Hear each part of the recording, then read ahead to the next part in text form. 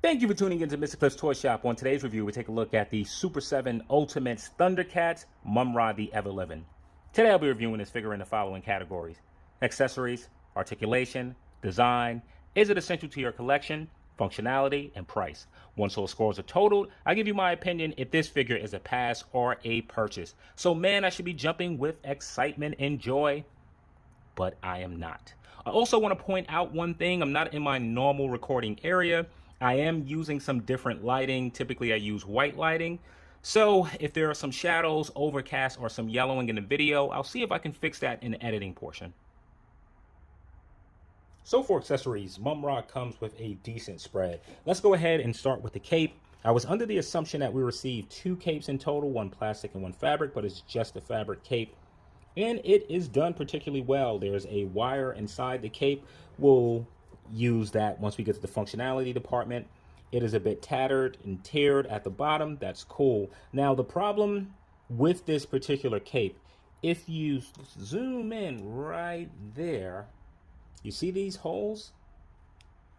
And this hole right here, it's because of this. I call it the receipt tag.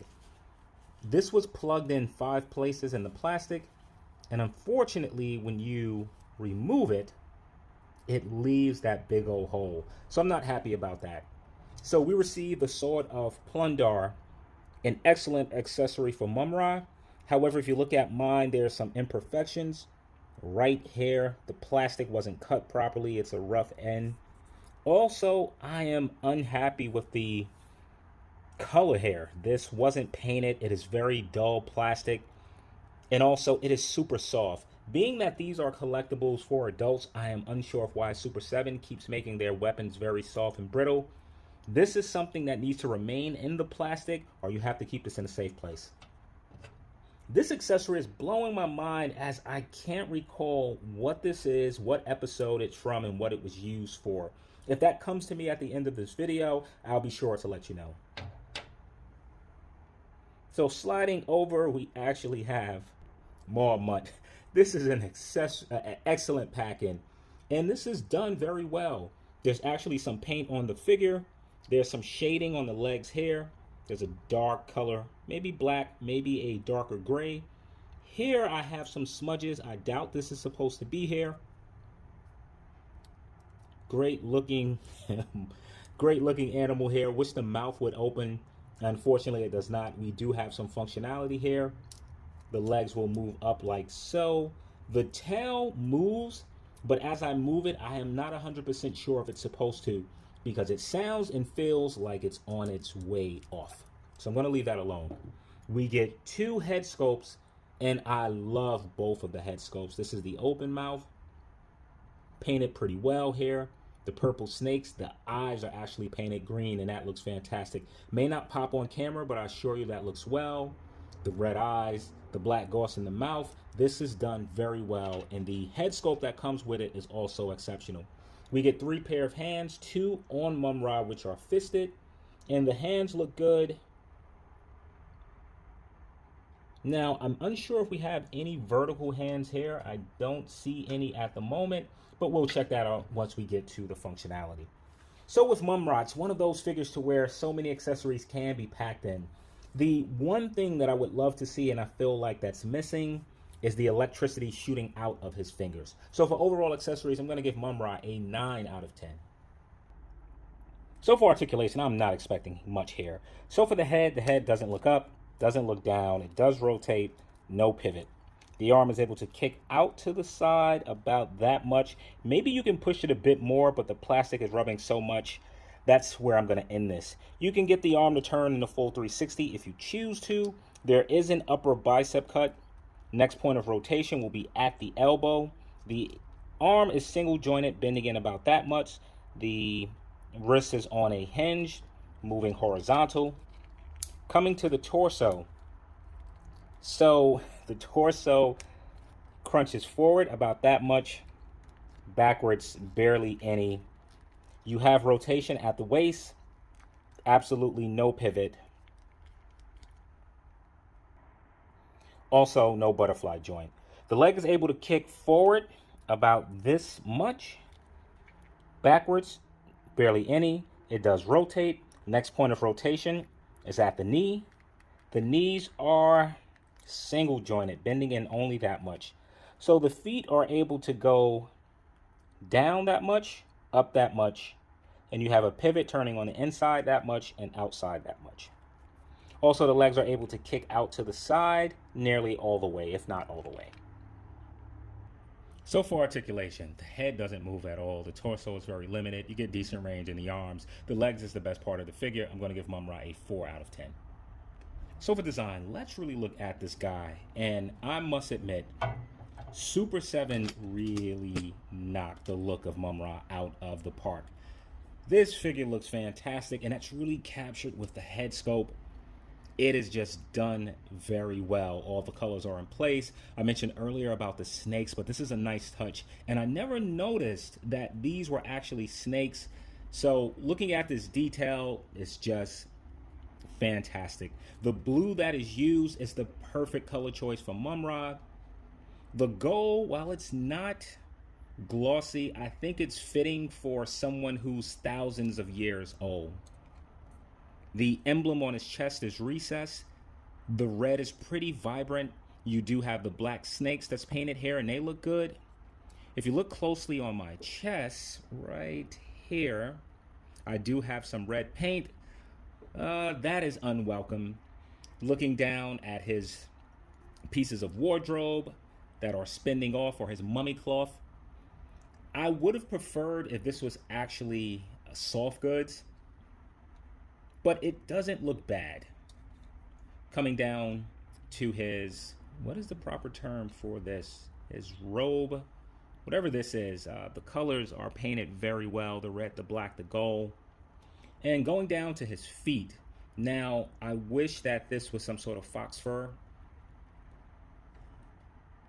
That would have just gave this an extra element of mwah. Now, the one thing with Mumm-Ra that I would probably change in the design, I feel that he's too small. Not in height. I think the height is about right, but in mass. I think in mass he should be much bigger. And we'll see once we compare him to some other Thundercats. So for overall design, this figure is beautiful. I'm going to give Mumm-Ra a 9 out of 10. So is Mumm-Ra essential to your collection? So Mumm-Ra is the main antagonist of the Thundercats series. He's a sorcerer and demon priest, serving as the undead being for the ancient spirits of evil. Mumm-Ra has two main forms, his decayed form and his ever-living form. Mumm-Ra was able to change form by drawing power from the ancient spirits of evil, which granted Mumm-Ra with immortality in exchange for servitude. By saying the following incantation, ancient spirits of evil, transform this decayed form into Mumm-Ra, the ever-living. Mumm-Ra became this powerful being in magic and body. I remember watching this as a kid, and that Mumm-Ra incantation was scary as hell. Watching Thundercats as a kid, you accepted that the Thundercats won. Watching it as an adult, Mumm-Ra had near complete mastery over magic, and most of his schemes was brilliant. The Thundercats simply prevailed because in the 80s, the good guys had to win. So if you are looking for some toy options, there are actually a few out there. Let's go ahead and start with Mezco. I actually own these figures. So Mezco made these 14-inch Thundercat figures. There weren't many, but Mumm-Ra was one. These figures were more statuesque. I want to say maybe they had 3 to 5 points of articulation. Not much mobility, but well painted and looked fantastic. If you're looking to pick them up, these figures has probably quadrupled in price. Bandai also made Thundercat figures, and I don't know why I keep forgetting this. They made 8-inch Thundercat figures. For sure, Mumm-Ra was one of those figures. Pretty sure you can pick that up for a decent price still.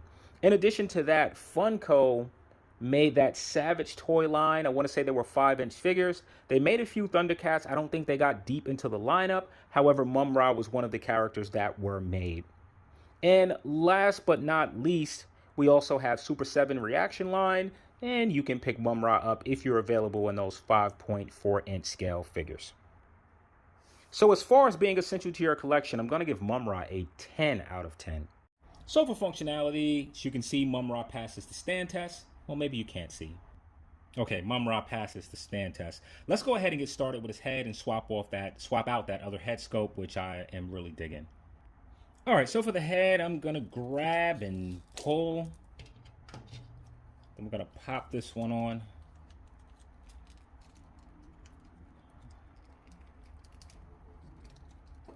All right, I had to go a little bit off camera for that. Not sure if it's fully on. I didn't hear that popping sound that you typically get with Legends. And this one feels a bit... Where's his neck? What happened to Mumm-Ra's neck? All right, so the head is on, and I like that head so much as well. Let's go ahead and swap out some of the hands so that we can put on some accessories. All right, so we're going to swap out these hands. They come off very easy, too easy. But I do like that the peg is on the hands themselves.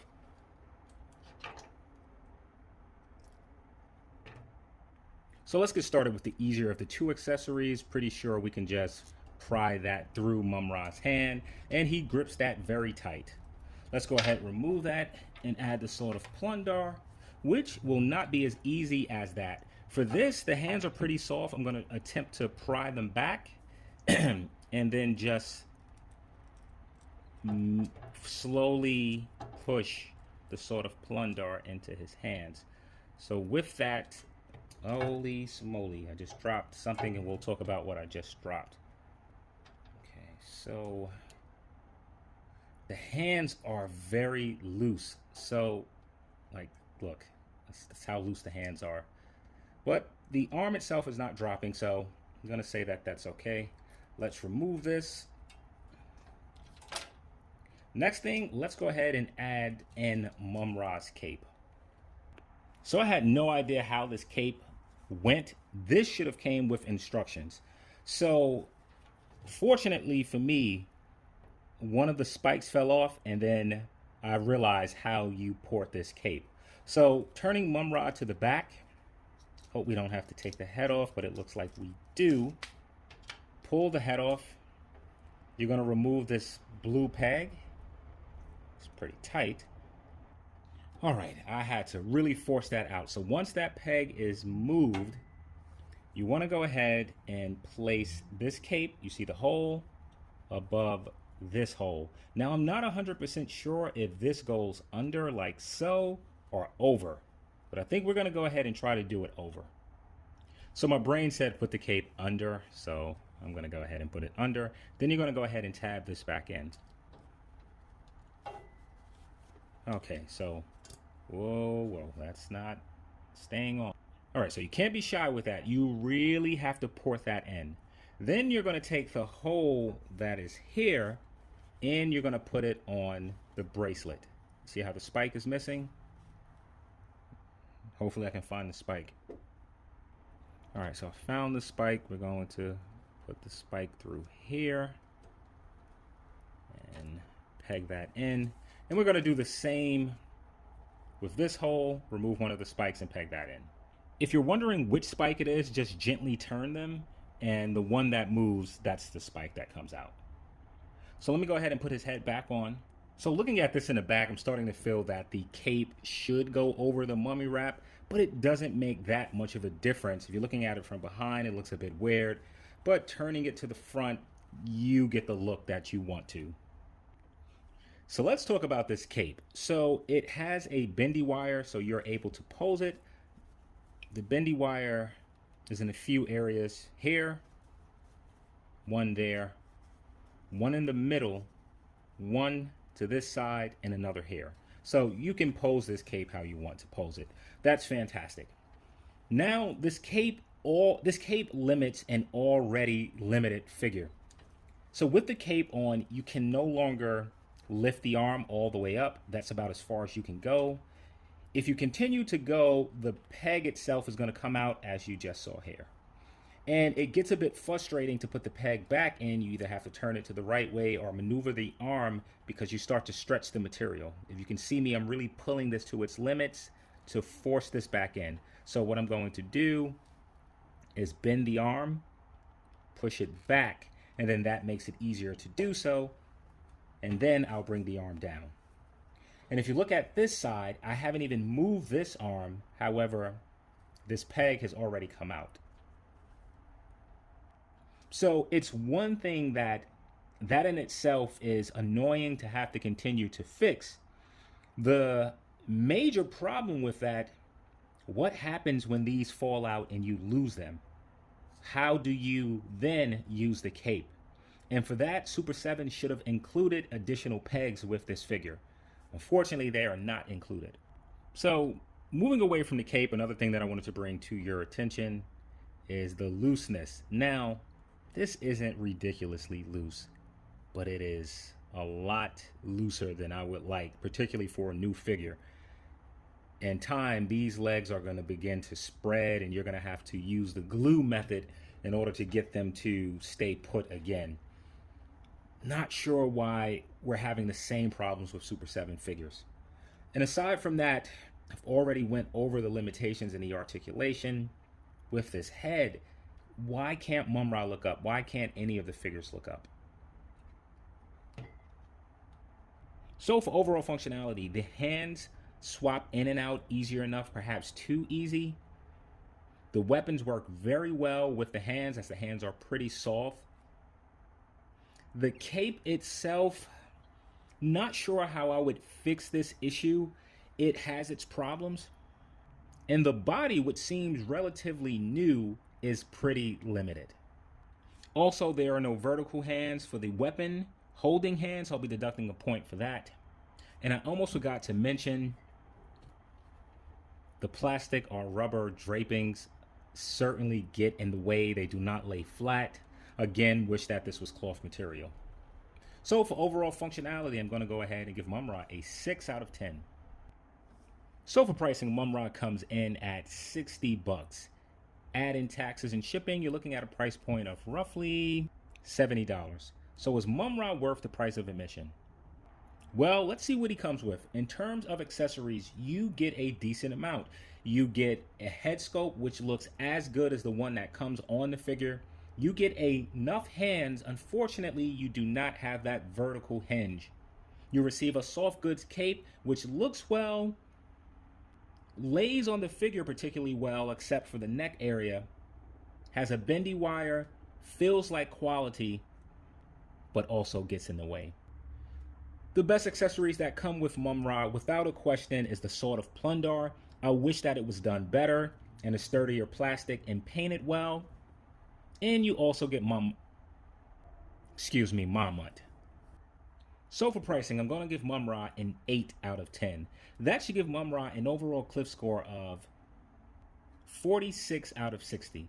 So now is Mumm-Ra a pass or a purchase? When it comes to the Thundercats line, Mumm-Ra is an essential character.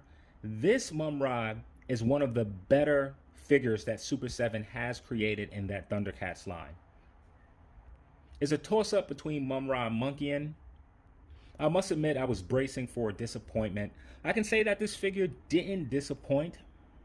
And if Super 7 continues to go along this route, we can really have some quality figures in the line. So I'm going to say that this figure is an absolute purchase. So here's Mumm-Ra by himself. Here he is next to Tigra. Actually, let's back them up some. Yeah, I feel like he's probably tall enough, but the mask could be a bit wider. Here he is next to Lion-O. And let's go ahead and throw in Panthro. So, thank you for tuning in to Mr. Cliff's Toy Shop. I hope to see you during the next episode.